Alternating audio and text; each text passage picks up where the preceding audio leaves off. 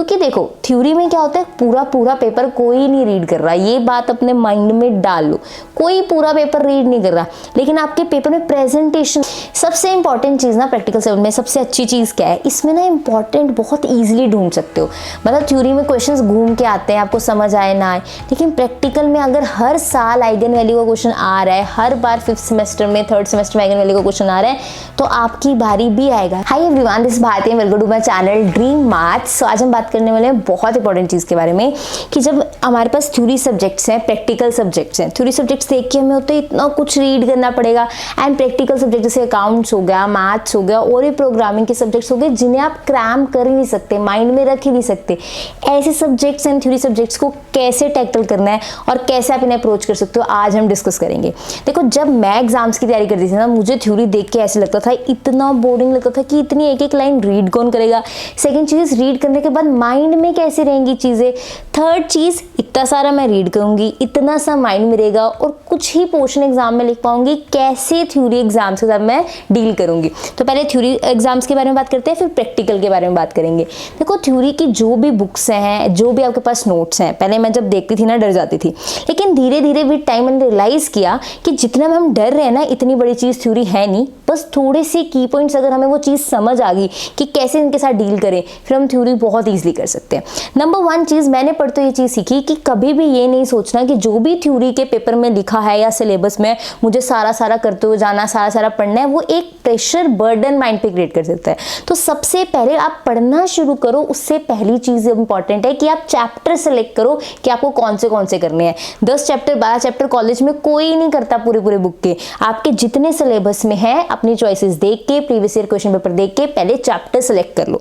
Chapter selection में आपको हर class, जब भी हमारी डिस्कशन होती है मैं आपको बता रही होती हूँ। तो चैप्टर सेलेक्ट करने के बाद अब आपने खोलनी है बुक, शुभ मुहूर्त करना है बुक का। जब आपने बुक खोली तो सबसे पहले बड़ी सी इंट्रोडक्शन दी होगी, फिर फर्स्ट टॉपिक लिखा होगा, उसके सब टॉपिक्स लिखे होंगे, सेकेंड टॉपिक आ रहा होगा, ये सब उस बुक के अंदर होगा। जब आप अपना सिलेबस देखते हैं कॉलेज के अंदर, उसमें टॉपिक्स लिखे होते हैं, this topic this topic this topic, means chapters नहीं लिखे होते कॉलेज के सिलेबस में, वहाँ टॉपिक्स लिखे होते हैं। तो आपने अपने पास वो शीट रखने सिलेबस वाले, उन टॉपिक्स को मार्क करके सबसे पहला काम, जैसे आप मार्क करोगे, जैसे आपने सिलेबस देखा first topic is nature of statistics, तो आपने बुक में मार्क करना है नेचर ऑफ स्टैटिस्टिक्स। कहने का मतलब जितने टॉपिक बुक में होते हैं उतने भी आपको नहीं करने होते, वो उसमें से भी कुछ ही टॉपिक आपके सिलेबस में होते हैं। पहले चैप्टर सेलेक्ट करोगे, चैप्टर सेलेक्ट करने के बाद भी उस पर्टिकुलर चैप्टर के जितने टॉपिक्स बुक में हैं वो सारे के सारे आपके सिलेबस में नहीं होते, क्योंकि वो बुक हर कॉलेज के अकॉर्डिंग बनाई होती है, अलग अलग यूनिवर्सिटीज के बच्चे यूज कर पाए, इसलिए उस बुक में सारा कंटेंट दिया होता है। लेकिन आपके यूनिवर्सिटी, आपके कॉलेज जो भी आपका सिलेबस हो देते हैं, आप उसके अकॉर्डिंग उस बुक में से अपने टॉपिक्स करोगे। जैसे स्टैटिस्टिक्स की बुक है, किसी में मीन मॉड मीडियन है, सिर्फ किसी में क्वार्टाइल भी इंट्रोड्यूस किया हुआ है, तो आपने अपने सिलेबस के अकॉर्डिंग करना है। मैं स्टैटिस्टिक्स का एग्जांपल क्यों ले रही हूँ, क्योंकि स्टैटिस्टिक्स में भी कुछ थ्योरी पोर्शन होता है, तो मैं उस थ्योरी के अकॉर्डिंग आपको बता रही हूँ कि थ्योरी में भी सारे टॉपिक जितने बुक में दिए होते हैं आपको सारे नहीं करने होते। पहले चैप्टर सेलेक्ट करो और फिर सिलेबस में से अपने टॉपिक सेलेक्ट करो। ठीक है, बुक खोल ली, मैंने जितने सिलेबस में टॉपिक थे फर्स्ट डे आपने पेंसिल से लेके वहां पे भी सिलेबस पे भी टिक करना है, और यहाँ पे अपनी बुक में भी टॉपिक टिक करना है कि 8 टॉपिक है, 10 टॉपिक है, ये मुझे करने हैं। तो एक बर्डन कम हो गया कि पूरा चैप्टर नहीं करना है, इस चैप्टर के तो 10 ही टॉपिक मुझे करना है या 8 ही टॉपिक करना है, एक मोटिवेशन अपने आप आ जाएगी। सेकेंड चीज क्या करनी है, अब हमारे पास इतना टाइम नहीं है कि हम नोट्स बनाने बैठे, ऐसा कुछ नहीं करना है। आपको क्या करना है, एक पेंसिल उठानी है और उसको रीड करना शुरू करना है। थ्योरी को, फर्स्ट चैप्टर को रीड करना शुरू किया, मैंने इंट्रोडक्शन पढ़ी कि इस चैप्टर में मैं इन चीज़ों के बारे में पढ़ने वाली हूँ।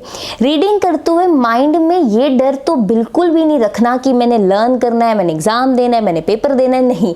बिल्कुल फ्री माइंड, जैसे न्यूज़पेपर पढ़ रहे हो या फिर किसी का मैसेज पढ़ते हो, बिल्कुल फ्री माइंड होता है, लेकिन फिर भी हमें याद रहता है उस पर्सन ने मेरे को क्या मैसेज किया था, क्योंकि हम फ्री माइंड होते हैं। ऐसी फ्री माइंड बुक पढ़नी है कि ठीक है जो ये बोल रहा है मैं सुन लेता हूँ। पहले आपको मतलब बुक रीड करोगे, अजीब अजीब लगेगा, बोरिंग लगेगा, लेकिन धीरे धीरे आपको बुक पढ़ने की आदत होगी और आपको बुक ऐसे लगेगा बुक खुद बोल रहे है। जब आप पढ़ रहे होगे ना ऐसा लगेगा कि बुक जो मैं पढ़ रहा हूँ बुक खुद वो मुझे बताना चाहते हो। लिटरली ये होता है। जब हमें पढ़ने की आदत हो जाती है तो हमें मतलब बुक्स बहुत ईजिली समझ आने लगती हैं। जितना भी अच्छा पढ़ सकते हो ना अपनी नॉलेज से, अपनी सेल्फ स्टडी से, वो बेटर चीज होती है, बेस्ट। तो जैसे आप रीड करना शुरू करोगे 1-2 दिन 3 दिन आपको टफ लगेगा, पर ट्रस्ट में धीरे धीरे आपको बुक पढ़ने की आदत हो जाएगी और आपको मजा आने लगेगा, इंटरेस्ट बैठेगा। तो सबसे पहले मैंने इंट्रोडक्शन पढ़ी। इंट्रोडक्शन के बाद जो भी मुझे लग रहा था कि इसमें ये टॉपिक है, उस इंट्रोडक्शन में वो टॉपिक लिखे होंगे। जैसे आप पढ़ने वाले हो कि मैं आज बिजनेस के बारे में पढ़ूंगा, लॉज पढ़ूंगा, इसके तो आपने अंडरलाइन कर लिया कि लॉज और बिजनेस के बारे में ये टॉपिक, ये चैप्टर्स हैं। फर्स्ट टॉपिक आपने पढ़ा दैट इज कुछ भी, नेचर ऑफ बिजनेस, जो भी आपको पॉइंट्स पढ़ने हैं। सबसे पहली चीज, जो भी हाईलाइटेड हेडिंग्स होते हैं, सब हेडिंग्स होते हैं, थ्योरी पढ़ते हुए आपने वो माइंड में रखने हैं। माइंड में रखने का मतलब ये बिल्कुल भी नहीं है कि बर्डन ले लो कि मुझे वो सारे लर्न करने हैं, ऐसा कुछ भी नहीं है। जस्ट पढ़ते हो उस पर थोड़ा एक्स्ट्रा ध्यान देना है और जो उनके आगे हेडिंग्स के आगे एक्सप्लेनेशंस दे रखी है उनको जस्ट रीड कर लो ताकि और समझ लो, ताकि एग्जाम में आप खुद रख पाओ। फिर से वही बात कहूंगी, यहाँ पे भी लर्न रखने का बर्डन नहीं रखना। हम एग्जाम से पहले तैयारी कर रहे हैं। थ्योरी एक ऐसी चीज है जब हम बार बार पढ़ते हैं हमारे माइंड में चीजें बैठने लगती हैं। हेडिंग्स, सब हेडिंग्स पे थोड़ा एक्स्ट्रा फोकस, एक्सप्लेनेशंस को समझ लेना। एग्जाम के टाइम में जब हम रीड करेंगे हम अपनी लैंग्वेज में लिख पाएंगे, लेकिन फिर से हेडिंग्स, सब हेडिंग्स पे आपने ध्यान रखना है। जो जैसे एक मान लो कुछ भी लिखा है, नेचर ऑफ बिजनेस में लिखा है, स्टैटिस्टिक्स की जरूरत पड़ती है, कुछ भी आपको मतलब हेडिंग्स दे रखे हैं। नीचे नंबर 1 पॉइंट एक हेडिंग दे रखी होगी, उसके आगे एक्सप्लेनेशन, वो आपको हेडिंग, सब हेडिंग पे एक्स्ट्रा फोकस देखना है और अंदर वाली एक्सप्लेनेशन जस्ट समझनी है। ऐसे करते करते आपने एक टॉपिक खत्म करना है। ये टॉपिक करते हुए आपके हाथ में पेंसिल होनी चाहिए। ऐसे वर्ड्स, जिस एक वर्ड को पढ़ के आपको वो पूरी लाइन का मीनिंग क्लियर हो जाए, उस वर्ड को अंडरलाइन कर दो। फॉर एग्जाम्पल, कोई भी मैं कह रही हूँ, मैं स्टैटिस्टिक्स की थ्योरी के बारे में बता देती हूँ। जैसे नेचर ऑफ स्टैटिस्टिक्स या फिर इंपॉर्टेंस ऑफ स्टैटिस्टिक्स का टॉपिक कर रही हूँ, तो फर्स्ट पॉइंट हो गया स्टैटिस्टिक्स इन बिजनेस। तो बिजनेस के अंदर जो भी पॉइंट्स है कि उसको स्टॉक मार्केट में यूज होता है, इन वर्ड्स को मैं अंडरलाइन कर लूंगी। ऐसे वर्ड्स जिन्हें पढ़ के मुझे पूरा पैराग्राफ का मीनिंग समझ आ जाए, सो दैट एग्जाम के टाइम पे मुझे पूरे बुक नहीं पढ़नी है, उस टाइम मैं ये अंडरलाइन वर्ड्स पढ़ के ही समझ जाऊंगी इसमें क्या लिखा है। फिर से वही, प्रेशर नहीं लेना कि इन्हें लर्न करना है, ध्यान से आराम से पूरा प्रोसीजर सुनो। थ्योरी बहुत सुपर इजी लगने वाली है। ऐसे करके आप एक टॉपिक खत्म करोगे जिसमें आपने हेडिंग, सब हेडिंग्स पे एक्स्ट्रा फोकस रखा है, एक्सप्लेनेशंस को समझ लिया, और फिर ऐसे आप सेकंड टॉपिक पे जाओगे, थर्ड टॉपिक पे जाओगे, फोर्थ टॉपिक पे जाओगे। अब मैंने आपको कहा था डेज डिवाइड करके रखने हैं। डेज में फिर आप उसको कन्वर्ट कर लो, चैप्टर्स रोज कितने करने हैं, मतलब एक चैप्टर या फिर हाफ चैप्टर, जैसे भी आपके पास टाइम है, आपके डेज डिवाइड के अकॉर्डिंग आप उसको पढ़ना शुरू कर दो। जैसे जैसे आपका एक टॉपिक हो गया, दूसरा टॉपिक हो गया, 5 टॉपिक्स हो गए, 7 टॉपिक्स हो गए। मान लो मैंने दिन में आज 5 टॉपिक्स कंप्लीट किए, ठीक है। रात को सोने से पहले या फिर शाम को जब आपको लगता है बस अब मेरे से और नहीं पढ़ा जा रहा, मैं कुछ भी नया नहीं पढ़ सकता, जो भी आपने दिन में 5 या 7 टॉपिक्स किए हैं उसको जस्ट रीड करना है रात को सोने से पहले। फिर से वही बात, प्रेशर नहीं लेना कि इसको लर्न करना है, नहीं। जब आप आज के दिन में 2 बार रिवाइज कर लिया, आज आपको लग सकता है, हो सकता है कि 5 टॉपिक करने में 3 घंटे लग गए, 2 घंटे लग गए, आधा दिन लग गया, लेकिन नेक्स्ट टाइम वही 5 टॉपिक जब आप रात को रिवाइज करोगे इतना टाइम नहीं लगेगा, और फिर जब एग्जाम्स के लिए पढ़ोगे उससे भी कम टाइम लगेगा। जितनी बार आपकी रिविजन्स बढ़ती जाएंगी उतना कम टाइम आपको आगे लगता जाएगा। थ्योरी को कभी भी अगर आप क्रैम करने का प्रेशर लेके चलोगे कभी माइंड में नहीं बैठती है, लेकिन जितनी बार मल्टीपल रिविजन्स करते रहोगे विदाउट टेंशन, विदाउट बर्डन, उतना अच्छा आप एग्जाम में लिख पाओगे। फिर से वही, किस पे, हेडिंग्स और सब हेडिंग्स पे एक्स्ट्रा फोकस देना है। हेडिंग, सब हेडिंग्स अगर आप वही एज इट इज बुक्स वाली लिखते हो तो आपको अंदर की एक्सप्लेनेशंस उसी के अकॉर्डिंग याद रहती हो, और जो बुक्स में हेडिंग, सब हेडिंग्स लिखी होती है ना, वो बहुत एक्यूरेट लिखी होती है, मींस उनका एक्चुअल मीनिंग निकलता है। तो कोशिश करो एक्सप्लेनेशंस ठीक है आप अपने अकॉर्डिंग दे सकते हो, पर हेडिंग, सब हेडिंग्स वही माइंड में रखो। थर्ड चीज, जब भी पेपर में क्वेश्चन आता है ना, आपने कभी ये नहीं कि एक वर्ड पढ़ा कि स्टैटिस्टिक्स, उसके बारे में सब लिख दिया, नेचर, उसकी डेफिनेशन, ये सब नहीं। थ्योरी में ऐसा नहीं होता।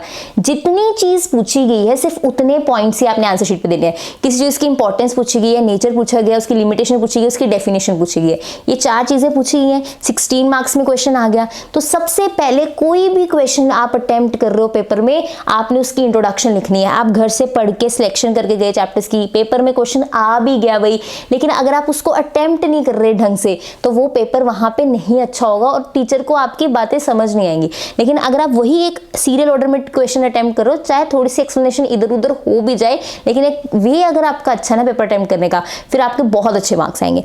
कोई भी क्वेश्चन थ्योरी को आपने वहां इंट्रोडक्शन इंट्रोडक्शन देनी है। इंट्रोडक्शन में क्या देना है, जैसे मान लो किसी चीज की आपको डेफिनेशन पूछे, कुछ भी, उसका इन जनरल मीनिंग बताओ जो किसी ऑथर ने डेफिनेशन नहीं दी जो आपको समझ आई है। और आप इस क्वेश्चन में क्या क्या बताने वाले हो, इंट्रोडक्शन बताओगे, आप उसकी डेफिनेशन बताने वाले हो, आप उसकी इंपॉर्टेंस बताने वाले हो, ये सारी चीजें आप इंट्रोडक्शन में एक बार दे दो। उसके बाद एक एक टॉपिक लिखना शुरू करो और उसके एक्सप्लेनेशंस देते जाओ।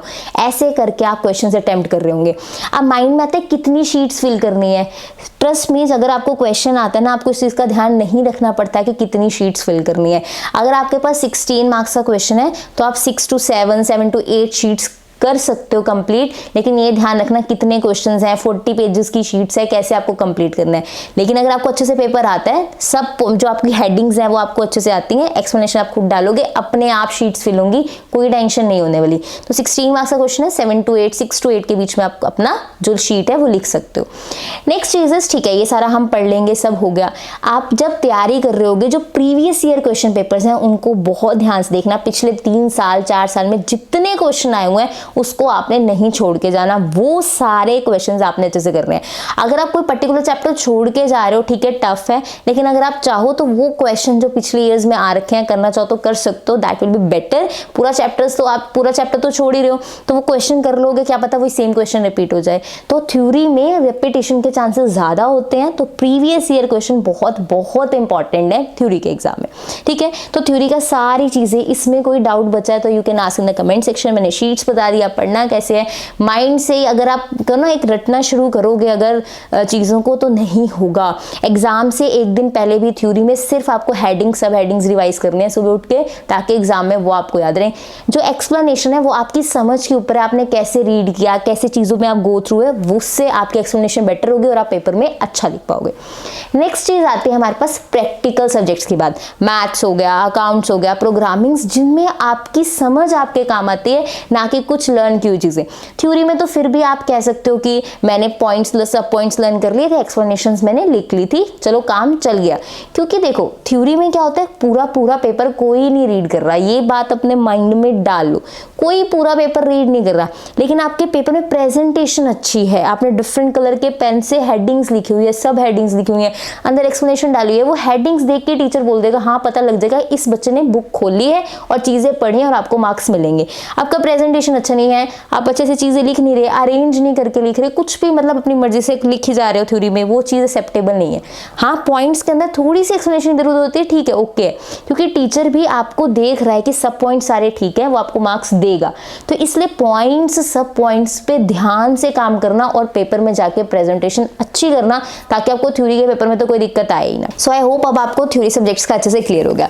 नाउ अब बात करते हैं प्रैक्टिकल सब्जेक्ट्स के बारे में। अब प्रैक्टिकल सब्जेक्ट की प्रेजेंटेशन के बारे में बात करी थी कि ठीक है थ्योरी में तो हम हेडिंग से टीचर पढ़ के ठीक है मार्क्स दे देता है, लेकिन प्रैक्टिकल सब्जेक्ट्स में आपका फॉर्मूला चेक हो रहा है, आपकी कैलकुलेशन चेक हो रही है, तभी आपका आंसर ठीक आएगा।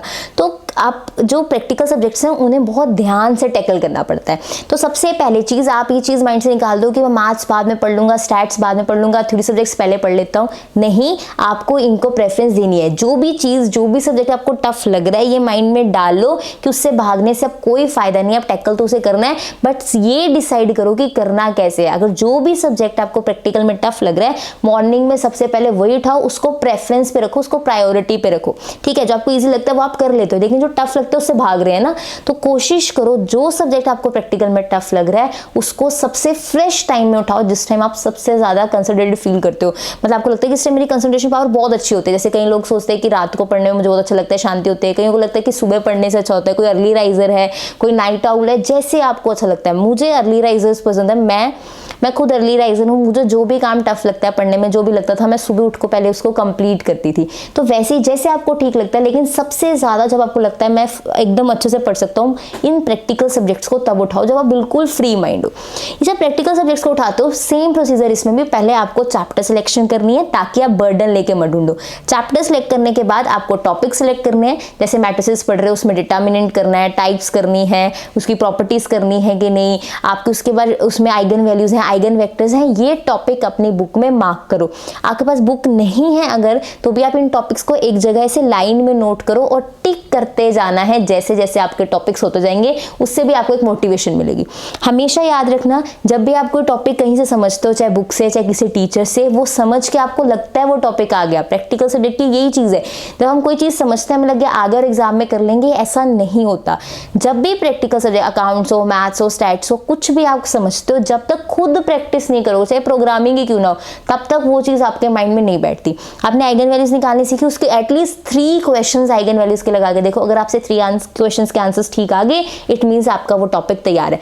ऐसे करते करते एक एक टॉपिक आप तैयार करते चलो, इसमें रट्टा नहीं लगाना है, क्रैम कर नहीं सकते, तो इसकी प्रैक्टिस करना शुरू करो। आपको लगता है टाइम कंज्यूमिंग है, होते हैं प्रैक्टिकल सब्जेक्ट्स टाइम कंज्यूमिंग, पर हमें और कौन सा काम है, मतलब हमें सिर्फ पढ़ने का ही तो काम है, और तो कोई काम नहीं है। आप ट्रैवलिंग में हो, कैसे अगर कॉलेज बस से जा रहे हो, आप तो मतलब देखो कि कैसे टाइम बचा सकते हो। आप कह रहे हो ट्रैवलिंग में टाइम जा रहा है, तो उस टाइम आप वीडियोस देख के वो कंसेप्ट समझ सकते हो, घर जाके उन्हीं क्वेश्चंस को करके, मतलब वो वीडियो से देख के क्वेश्चन करने में कम टाइम लगेगा, क्योंकि आप एक बार वो क्वेश्चन समझ चुके हो। तो ट्रैवलिंग के टाइम पे जो चैनल्स आपने ढूंढने हैं या जिन चैनल से आप पढ़ रहे हो, उनके कंसेप्ट्स देखा करो, उनसे समझा करो, वो टाइम घर जाके आपका सेव होगा। आप कहीं भी आपका टाइम जा रहा है, उसको आप देखो कैसे यूटिलाइज कर सकते हो। प्रैक्टिकल सब्जेक्ट्स आपको मार्क्स भी अच्छे दिलाते हैं, अगर एक बार आपको कंसेप्ट समझ आ दे। एक बार आइगन वैल्यू निकालनी समझ आ गई, कोई भी क्वेश्चन पेपर में कहीं से भी आ जाए, आप सही निकाल के आओगे, फिर आपके मार्क्स आएंगे। एंड प्रैक्टिकल सब्जेक्ट में सबसे इंपॉर्टेंट चीज है, प्लानिंग की जरूरत होती है। थ्योरी आप एट देन चलो कल पेपर, आज बैठ के 2-2 चैप्टर्स खत्म कर रहे हो रात को, लेकिन प्रैक्टिकल सब्जेक्ट्स में ऐसे नहीं होता। प्रैक्टिकल सब्जेक्ट्स के लिए आपको एक प्लानिंग चाहिए होती है कि आप कैसे पढ़ने वाले हो, कि कल आपका एग्जाम है, परसों एग्जाम है, कितने दिन बाद एग्जाम है, उसमें आप एक रात बैठ के पहले नहीं प्रैक्टिकल सब्जेक्ट खत्म कर सकते। उसको पहले आपको चीजें समझनी पड़ेंगी। एग्जाम से पहले जस्ट आप रिवाइज कर रहे कि ये मेथड ऐसे करता है, ये मेथड ऐसे करते हैं। सुबह के टाइम अपना पढ़ना शुरू करो प्रैक्टिकल सब्जेक्ट्स को, मतलब उस टाइम पढ़ना शुरू करो जब आप सबसे कम थके हो, मतलब फ्रेश टाइम हो आपका और आपको कोई बर्डन ना हो। और ये चीज माइंड में रखो, तो आप कभी फ्रस्ट्रेट नहीं होगे, इरिटेट नहीं होगे कि ये बहुत टाइम ले रहा है। कोई भी प्रैक्टिकल सब्जेक्ट टाइम लेता है, पहले ही माइंड में सेट रखो, तो जब भी टाइम लगेगा आपको पता है 2-2.5 घंटे आराम से लगेंगे, मैं पढ़ लूंगा। सेकंड चीज, इरिटेट नहीं होना। अगर आंसर्स गलत आ रहे हैं कोई बात नहीं, बाद में ठीक हो जाएंगे। अगर कंसेप्ट समझ आ रहा है तो धीरे धीरे कैलकुलेशंस भी स्ट्रॉन्ग हो जाएंगी। पेशेंस के साथ पढ़ना है, ठीक है कोई बात नहीं, टाइम लग रहा है, आंसर्स गलत आ रहे हैं, लेकिन मेरा एक बार कंसेप्ट समझ आ गया, इसका क्वेश्चन तो आना ही आना है। सबसे इंपॉर्टेंट चीज ना प्रैक्टिकल सब्जेक्ट में सबसे अच्छी चीज क्या है, इसमें ना इंपॉर्टेंट बहुत ईजिली ढूंढ सकते हो। मतलब थ्योरी में क्वेश्चन घूम के आते हैं, आपको समझ आए ना, लेकिन प्रैक्टिकल में अगर हर साल आइगन वैल्यू का क्वेश्चन आ रहा है, हर बार 5th सेमेस्टर में 3rd सेमेस्टर में आइगन वैल्यू का क्वेश्चन आ रहा है, तो आपकी बारी भी आएगा। जस्ट एक वैल्यूज चेंज होंगी, तो आइगन वैल्यू का क्वेश्चन तो करके जाना ही जाना है। आपको पता है हर बार स्टैट्स में मोड का क्वेश्चन आते ही आता है, मीडियन का क्वेश्चन आते ही आता है, तो आप हर बार वही क्वेश्चंस के फॉर्मूलाज अच्छे से करके जाओगे।